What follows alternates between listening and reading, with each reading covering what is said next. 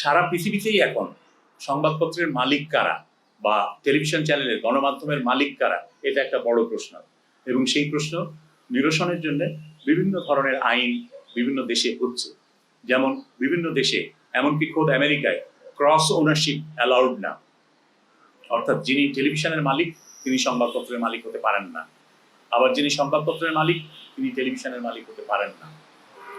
এই সমস্ত প্র্যাকটিস থেকে আমাদের ভারতেও কিন্তু এই আইন বিবেচনাধীন আছে যে ক্রস ওনারশিপ অ্যালাউ করা হবে না। এটা পার্লামেন্টে একটা বিল বিবেচনাধীন আছে। এরকম অনেক দেশেই কিন্তু এই পরিবর্তনগুলো হচ্ছে।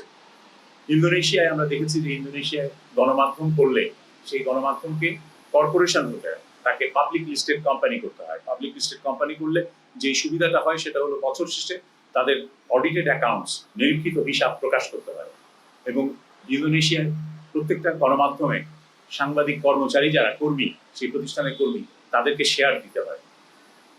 এগুলোর মধ্যে থেকে কিন্তু বোঝা যায় যে গণমাধ্যমের যে ওনারশিপ একক হাতে কেন্দ্রীভূত থাকলে সেটাকে যে ব্যক্তির স্বার্থে ব্যবহারের চেষ্টা হয়, পারিবারিক স্বার্থে ব্যবহারের চেষ্টা হয়, কোম্পানির বা নিজস্ব গোষ্ঠীর স্বার্থে ব্যবহারের চেষ্টা হয়, সেটা থেকে বেরিয়ে আসার প্রতিকার পাওয়ার একটা উপায় হচ্ছে যে এটা যদি পাবলিক লিস্টেড কোম্পানি হয়। সুতরাং আমরা সুপারিশ করেছি যে বড়, বৃহৎ এবং মধ্যম আকারের যত গণমাধ্যম কোম্পানি আছে তাদের উচিত হবে পাবলিক লিস্টেড কোম্পানি করা, শেয়ার ফ্লোট করা এবং সাংবাদিক কর্মচারীদেরকে তাদের শেয়ারের অংশীজন বানানো, শেয়ার দেওয়া।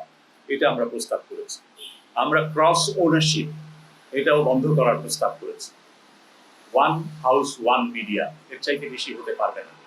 কারণ আপনারা দেখেছেন একই হাউস থেকে একাধিক টেলিভিশন চ্যানেল একই ধরনের খবর প্রচার করছে, একাধিক হাউস থেকে একই ধরনের পত্রিকা একাধিক খবর প্রচার করছে, একই ভাষায় দুটো দৈনিক পত্রিকা।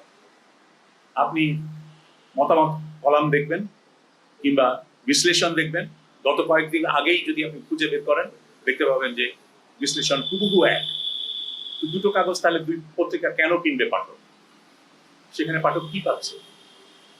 এবং এটা হচ্ছে বাজারের স্বচ্ছ প্রতিযোগিতাকে বিভ্রান্ত করার কৌশল এবং নিজের মনোপলি প্রতিষ্ঠার, একটা হাউসের মনোপলি প্রতিষ্ঠার চেষ্টা, কেন্দ্রীকরণের চেষ্টা। এই কেন্দ্রীকরণের চেষ্টা ভেঙে দেওয়া দরকার।